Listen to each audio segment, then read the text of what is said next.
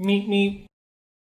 Welcome back, boys, to another squirrely hero review, and today we're going to talk about one of the most cancerous heroes in the game, Sage Baal and Sezan. I don't know which one's Baal and which one is Sezan. I think the girl is Sezan. Who knows?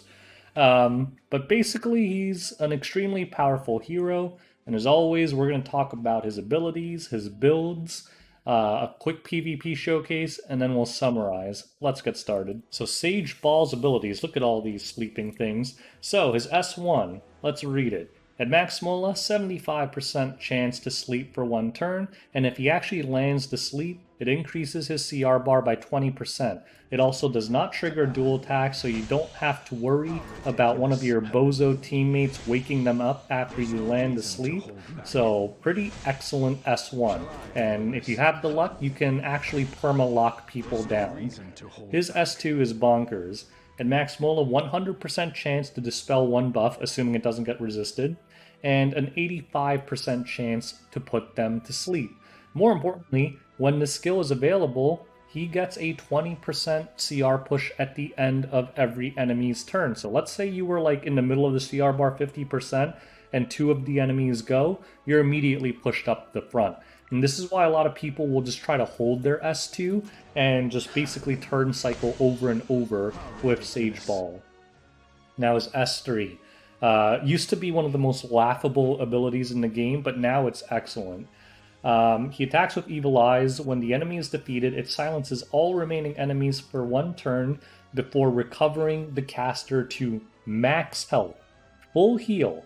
It penetrates defense, but cannot trigger a critical hit, which is great, and the damage dealt increases proportional to the caster's lost health. So unlike something like Crow, it's not 1-to-1, it's a little bit less, so if you're missing like 10,000 HP, it'll hit for around like 7 or 8k, you guys can look up the multis if you really care, but it's a little less than 1-to-1, but you know, most Sage Balls are built with very high HP, so if you're low HP, it does end up being a one-shot. And the Soul Burn is also excellent. All skill cooldowns decreased by 2 turns. So basically, if you have souls, this move is almost spammable because what people will do is Soul Burn this, and then they'll sleep them for 2 turns, and then use it again. So pretty crazy ability, and we'll highlight that in the arena showcase. Let's move on. So how do you build Sage Baal? So this is mine. This is the gear I usually run on him. Basically, you want him to have a decent amount of tank, a decent amount of speed, and some effectiveness. So there's like 2 schools of thought on Sage Baal, so let's discuss them both. One is you build them as fast as possible with like 100 plus effectiveness, and after that you get as much defense and health as your gear permits. So these Sage Balls will be a little bit squishier, but they will be much faster and actually be able to speed contest. Some people even have Sage Balls at like 290 plus speed, and they're almost running them as an opener in that sense, right? The one limitation to that is his S2 only strips 1 buff, so you are susceptible to things like FCC, but if you pre-ban her every time, it's not really an issue anyway. The other kind of build that was common amongst Legend players is you run a much slower Sage Baal, but not even really slow, just slower. So typically between like 230 to 250 speed, still a little bit of effectiveness, but they'll be very tanky, like 22,000 HP Sage Balls with like 1500 plus defense is not uncommon, and a lot of times those Sage Balls will be on Proof of Valor. And the idea behind those comps is they just don't S2 and they abuse this mechanic, and it feels like they're 300 plus speed, even though they're not, and they're so tanky that it's hard to kill them. In terms of artifacts, I like Abyssal Crown. I only have a plus 15 Abyssal Crown, go figure. But the other common artifact is Proof of Valor. So those tankier Sage Balls will very often be on Proof of Valor. Heck, even the fast ones sometimes are, to make up for the fact that they had to sacrifice so many defensive stats to get high speed. I actually like my Sage Baal to get hit hard as quickly as possible so that I could dump the S3, so I don't want him to be that tanky, but your mileage may vary, it all depends on your playstyle. So those are the main builds for Sage Baal, those are the most recommended artifacts. Let's move on to the showcase. Alright, we're going to bring a Suicide Squad here to showcase ML Baal. So we're bringing 3 or 4 mages, all with Taga Hells. and they're not really going to use any of their abilities, a lot like my ML Kawazu showcase. So, whatever.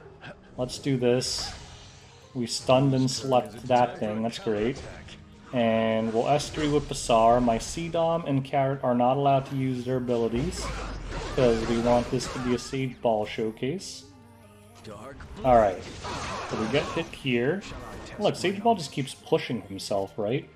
Can we sleep the F10A again?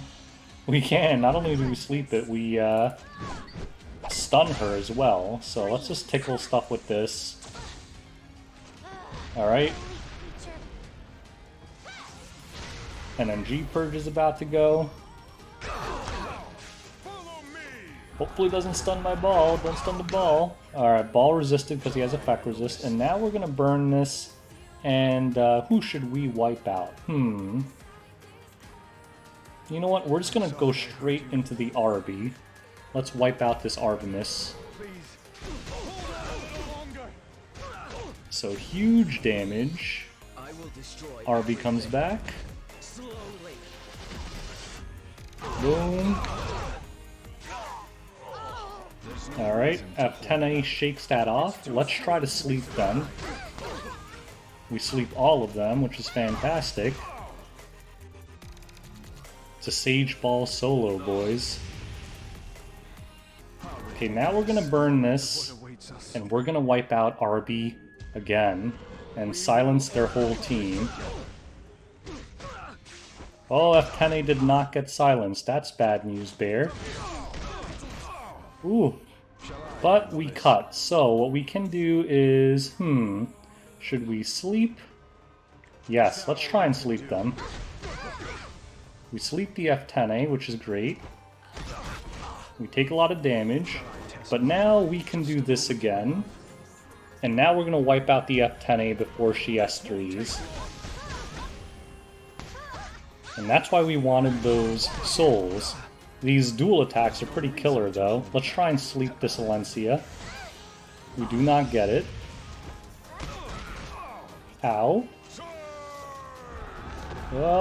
Taking a lot of damage now. But, what should we kill? Can we kill the G-Purge with this? Let's not risk it. Let's kill the Alencia. Because it is a G-Purge, probably has more than 16,000 HP. So we wipe out that Alencia, heal to full again. And we're just going to have to try and keep sleeping this G-Purge. We're not landing it, though. Come on, Sage Ball, sleep him. There we go. Uh-oh. Oh, we don't like that. Sleep him again. Yes, we got the sleep. Okay, let's try to S3 him here. Should do some pretty solid damage. We do. But he is very tanky with that proof. We get stunned, but we're CR pushing ourselves. Let's sleep him. We need to get this sleep. We do get it. Let's sleep him one more time. Stun and sleep. And then the S3. Boom. And that's a Sage Ball solo. Let's try him again. Alright, another way to run him is just as like a classic opener, right? As long as they don't have FCC, because he's quite fast and he can theoretically strip and sleep the whole team. And he has the advantage of being able to CR push him. So watch this. Basar pushes me back. Oh, he doesn't even do that. Well, either way, let's open. And there we go. That's what I'm talking about. The whole team is slept. Unfortunately, my Oxalots got pushed back, so I can't actually push. But you know what? We're going to do it anyway. Screw the Politis. Alright, so we retained the attack buff for Carrot. So let's just go ahead and burn, and that's just a classic opener build, right? Alright, do we care what we kill? We'll kill the Politis. Politis explodes. We can sleep the LR Crow. Perfect. we will ignore the RB. The RB actually just explodes. And watch. The Sage Ball is about to do very big damage now. So, doesn't matter. We'll just hit this Basar. And we are going to finish off this RB, even with the blind debuff. So RB's dead. They're all silenced. Sage Ball is healed to full and his S2's back, so he's just starting to push himself now. Can we sleep this guy? Nope, but we can stun him. We're not even going to S3 with Carrot so that ML Ball can do his thing. Keep him locked down. Let's see how long we could lock him down. We'll sleep him. Carrot's about to ruin it though. Whatever. Oh, we slept him again. Carrot, you moron. Well, whatever. Let's let him S3. We could have just S3'd Carrot there, but we're going to let LR Crow S3 so that Sage Ball can go for the glory. Well done, LR Crow. Now you get to die. And that is Sage Ball in a nutcase. He can be very toxic and powerful. Let's move on to the summary. Alright, time for the famous line. Sage Ball, is he good? Hell yeah. He's an absolute monster. He carried me in Legend RTA. He also strikes fear into the hearts of a lot of people, right? He's a very common hero to not pre-ban, but ban if you pick him. A lot of people don't want to deal with Ball getting through, so he's almost great just to control the draft, right? But anyway, let's go into the ratings. So Arena offense, I'm going to give him a C. Again, not that he's bad. It's just the same reason that most heroes like this get a poor rating. It's just because this is going to be a boring arena offense hero to use, right? It takes forever to kill stuff. You need him to be low HP. Just not a great option. So C because he works, but you're going to want to kill yourself if you run a arena offense that centers around Sage Ball. Arena defense, I will give him a B-. Like, the problem with him is not really so much a problem with him, but the fact that FCC exists, because anyone who has an FCC is just going to ignore your Sage Ball turn 1 on Arena, right? Because you won't be able to strip any immunities, you'll strip the barrier, and then he's basically dead weight unless you run a really weird, slow Sage Ball, which will still be easy to abuse. So not great on that. Guild Wars offense, I'll give him a B. I mean, again, if they don't have FCC, I mean, obviously you could pick the defenses you hit. He can work, but, you know, his sleep is not 100% on his S2 or his S1, so, like, I'm sure he can win you a lot of matches, but general in Guild Wars, I try to discourage people from using any kind of hero that has elements of RNG, because enough Guild Wars fights, you're going to drop a match because Sage Ball just didn't sleep anyone ever, and you're going to feel bad. Guild Wars defense, I'm going to give him a B- there. I mean, I don't really see him on Guild Wars defense, because again, he doesn't have that much damage output or anything. The AI is going to be dumb about what needs to be controlled, so probably not going to be very reliable. But the fact that he's kind of RNG and CR pushes himself and a lot of people might not be familiar with him might actually help you out.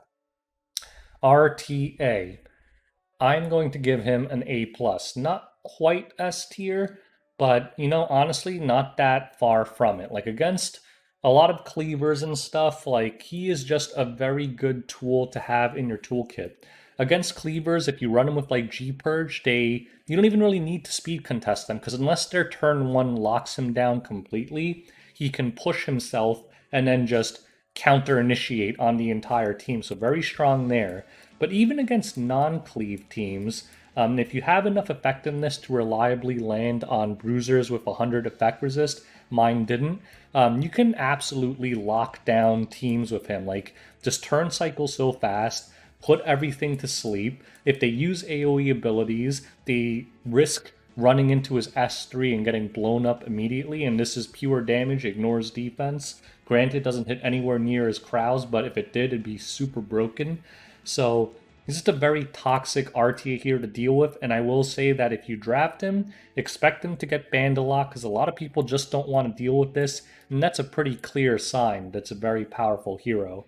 So, just a fantastic, fantastic hero. You know, he kind of fell by the wayside. He used to be broken with Silverblade Araminta, and then he got nerfed to Oblivion. but he has come back in a big way after his buffs, particularly to his S3, and he is just a top tier unit right now, so you won't regret building him, that's for sure. So anyways, that's my review of Sage Baal. If you happen to have him, congratulations, he is a boss. So anyways, thanks for watching. Till next time, boys. Peace out.